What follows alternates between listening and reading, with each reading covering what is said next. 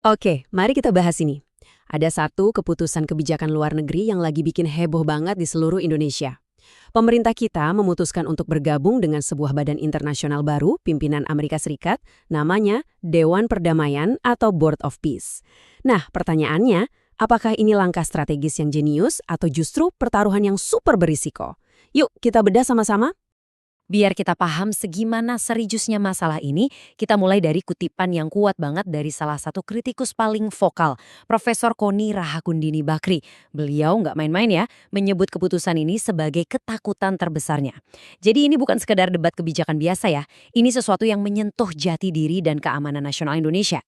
Oke, ini dia agenda kita untuk beberapa menit ke depan. Kita bakal kupas tuntas apa itu Dewan Perdamaian, alasan pemerintah gabung, terus kita lihat juga peringatan keras dari para ahli, risiko eskalasi militer, kaitannya sama sejarah Indonesia, dan pastinya pertanyaan pamungkas yang harus dihadapi bangsa kita.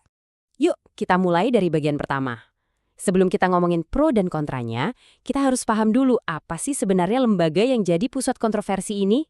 Jadi, Dewan Perdamaian atau BOP ini pada dasarnya adalah aliansi baru yang dikomandoi oleh Amerika Serikat. Anggotanya itu negara-negara kuat di Timur Tengah, negara-negara Teluk, dan yang paling penting Israel juga ada di dalamnya. Katanya sih tujuan besarnya mau menata ulang tatanan global. Tapi yang paling jadi sorotan, dan ini inti dari banyak kritik, adalah poin terakhir itu, Palestina. Pihak yang harusnya jadi fokus utama perdamaian malah nggak diajak gabung.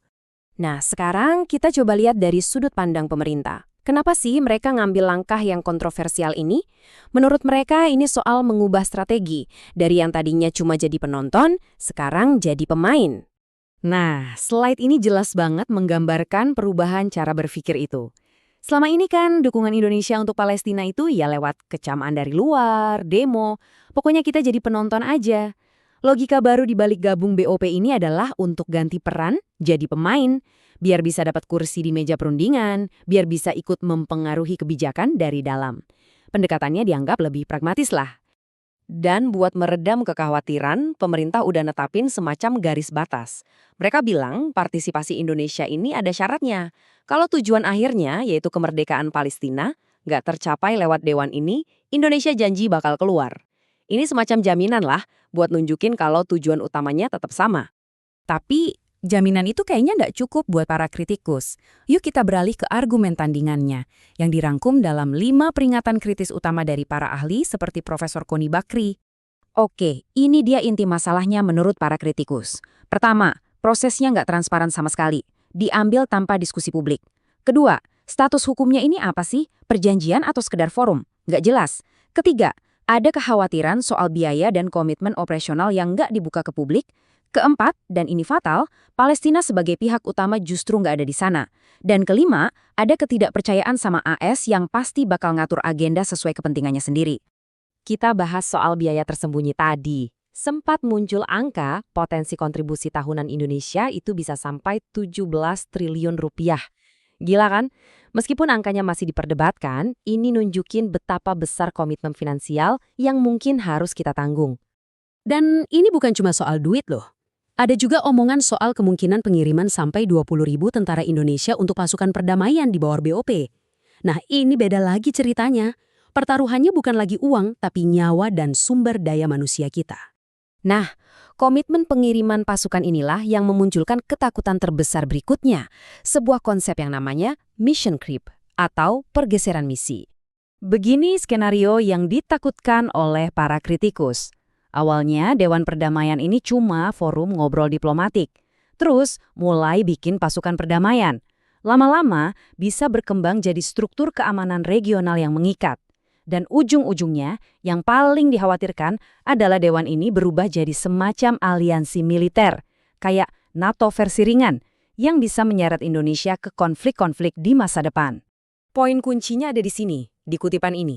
Nama dewan ini kan umum banget, bukan Dewan Perdamaian untuk Timur Tengah, cuma Dewan Perdamaian. Para kritikus bilang, mandat yang nggak jelas ini bahaya banget. Bisa aja nanti AS pakai dewan ini buat intervensi di mana aja, dari Laut Cina Selatan sampai tempat lain.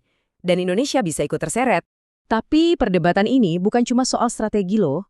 Ini menyentuh sesuatu yang jauh lebih dalam. Jiwa dari kebijakan luar negeri Indonesia dan prinsip sejarah kita. Kita nggak boleh lupa, Indonesia di bawah Soekarno itu salah satu arsitek utama gerakan non-blok.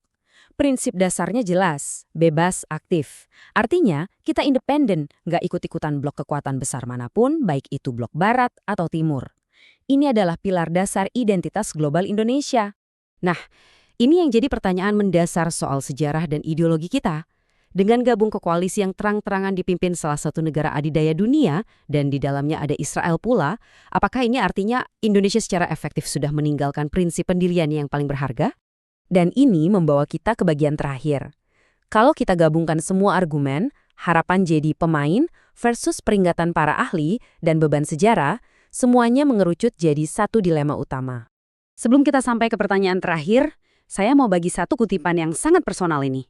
Ini menunjukkan kalau kritik yang tajam itu datangnya bukan dari kebencian, tapi justru dari rasa cinta dan kepedulian yang mendalam untuk masa depan bangsa.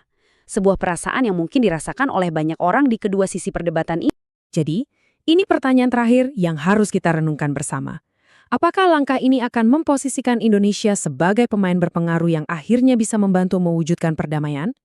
Atau jangan-jangan Indonesia tanpa sadar sudah masuk ke papan catur, di mana kita hanya akan jadi bidak dalam permainan kekuatan yang jauh lebih besar? Jawabannya akan menentukan arah kebijakan luar negeri Indonesia untuk tahun-tahun mendatang.